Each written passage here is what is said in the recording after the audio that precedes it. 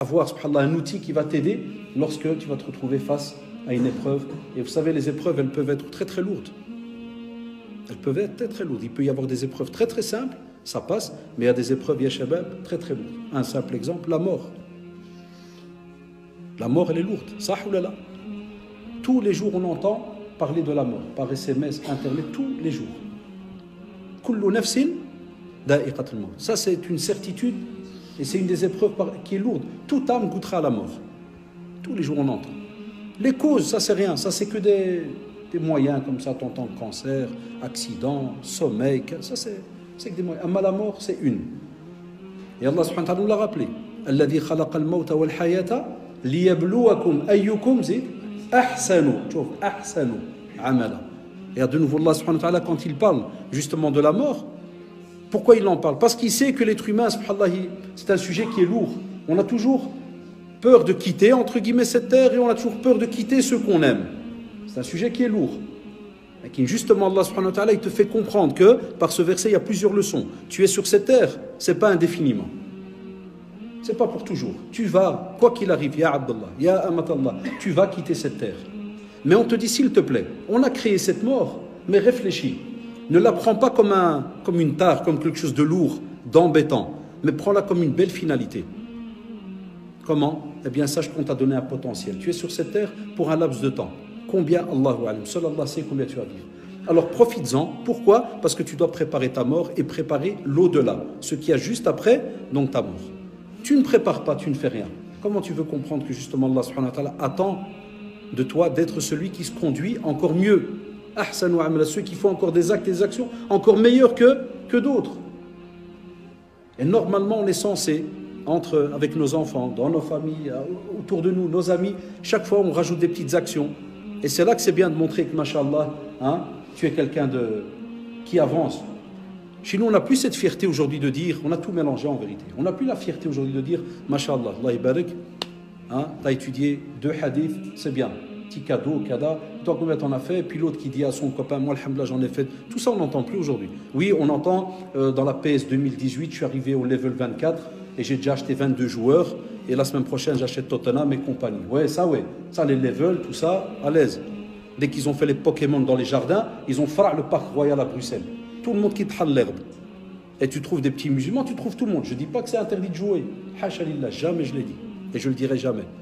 Mais ce qui est touchant, fait mal au cœur, pour les choses de la vie, tout le monde court.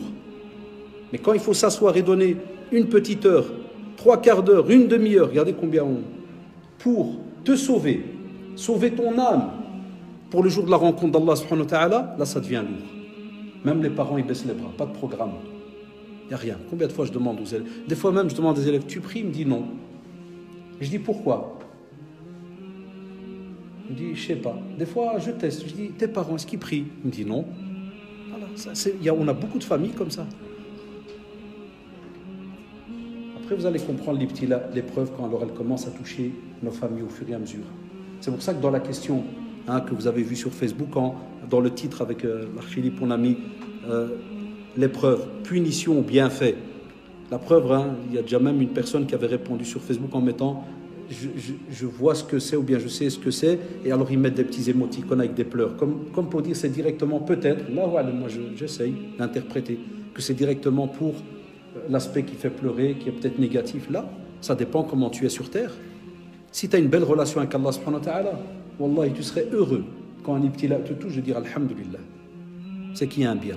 Alors, shabab, la dureté de l'épreuve, subhanallah, elle dépend de la foi de la personne. Et le prophète sallallahu alayhi wa sallam, d'après Sa'd radiyallahu anhu, il dit, j'ai entendu le prophète sallallahu alayhi wa sallam dire, regardez, écoutez bien, il dit, j'ai demandé au prophète sallallahu alayhi wa sallam, excusez-moi, il dit, j'ai demandé au prophète sallallahu alayhi wa sallam, quels sont les gens les plus éprouvés? Il lui a dit sallallahu alayhi wa sallam, les gens les plus éprouvés sont les prophètes, puis ceux qui lui succèdent en degré. D'accord? D'abord les prophètes et puis ceux qui lui succèdent en degré. Hatta Muhammad sallallahu alayhi wa sallam et tout ce qu'il n'a pas enduré durant sa vie. 23 ans de da'wah, comme on dit, ils l'ont rendu fou. Ils l'ont arrêté de tous les côtés. Les hypocrites d'un côté, les polythéistes d'un autre côté, des tribus avec qui il fait des pactes et puis il change d'avis, ceux qui veulent le tuer et ainsi de suite. Adam Muhammad sallallahu alayhi wa sallam. Donc, d'abord les prophètes et puis ceux qui vont leur succéder en degrés.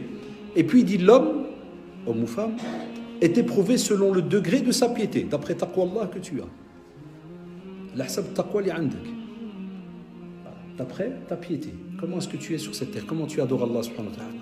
Quel genre de musulman tu es?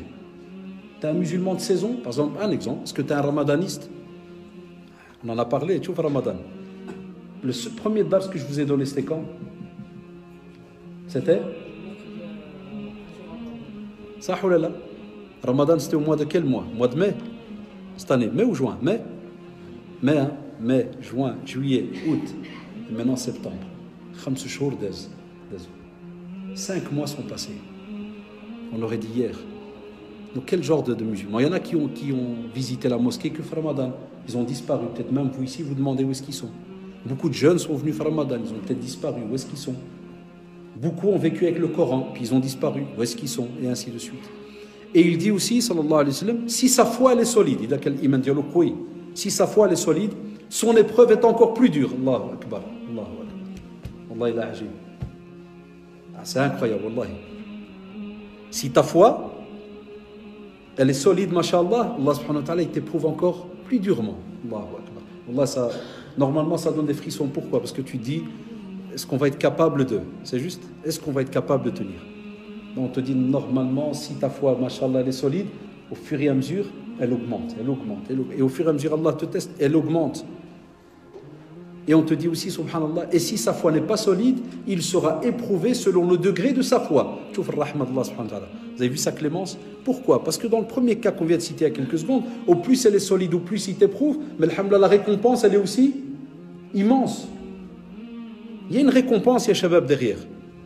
Et au plus ta foi, elle est mskina, elle n'est pas très très solide, au plus Allah subhanahu wa ta'ala t'éprouve selon son degré. Ça veut dire que subhanallah, Allah subhanahu wa ta'ala ne va pas te faire endurer plus que ce que tu es capable d'accepter. C'est incroyable. Parce que le corps, il a aussi ses limites.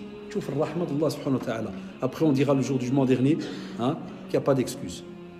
Et d'autres vont oser dire qu'il y a une injustice. Après, il dit sallallahu alayhi wa sallam dans le même hadith, il dit le croyant ne cesse d'être éprouvé jusqu'à ce qu'il marche sur terre lavé de toute faute. La ilaha illallah. شوف الرحمة الله سبحانه وتعالى. شحال ما ابتلاك الله سبحانه وتعالى شحال ما كيمسح لك السيئات. حتى كتبقى إنسان سبحان الله ولا سيئة عليه هو ماشي في الدنيا. الله أكبر. Jusqu'à ce que tu te retrouves en étant sur terre sans aucun péché. Alors l'épreuve, positive ou négative, commence déjà à changer d'avis. C'est une ni'ma immense. Alors on va voir un peu les sagesses maintenant qu'il y a derrière. La première sagesse que la plupart des savants rapportent dans ce sujet, il te dit, c'est pour voir justement avec la preuve chez toi, le croyant, de la servitude, la véritable servitude que tu as vis-à-vis d'Allah subhanahu wa ta'ala. Ça veut dire quoi? Ça veut dire la plupart d'entre nous, on accepte et on dit qu'on est tous des adorateurs de qui?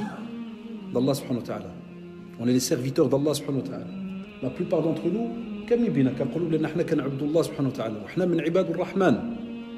on le dit. Mais on va voir la réalité quand tu dis que vraiment, c'est le cas, parce que Allah subhanahu wa ta'ala, dans Surat al-Hajj, il parle justement d'un groupe de personnes, il dit وَمِنَ النَّاسِ مَنْ يَعْبُدُ اللَّهَ عَلَى حَرْفٍ. Ça sous-entend quoi? Il y a des personnes qui adorent Allah subhanahu wa ta'ala, mais ils sont vraiment comme s'ils sont sur le fil du rasoir, comme on dit. Ils sont vraiment un rat. Dès qu'il y a quelque chose de mal qui le touche, qu'est-ce qu'il fait? Il lâche tout. La preuve, on a des personnes, subhanallah, j'ai déjà eu le cas quand je travaillais au centre émique pendant des années. Des personnes viennent chez moi, oui, ça m'a vous vous parler, oui, pourquoi? Voilà, j'ai mon ami ici, parler un peu avec lui parce que il a perdu son travail hier, il a quitté la religion. J'étais encore nouveau au centre, ça m'a toujours étonné. Je le regarde le frère, je dis, quel est le rapport, ton travail et la religion? Non, je suis désespéré. Non, Allah, même pas.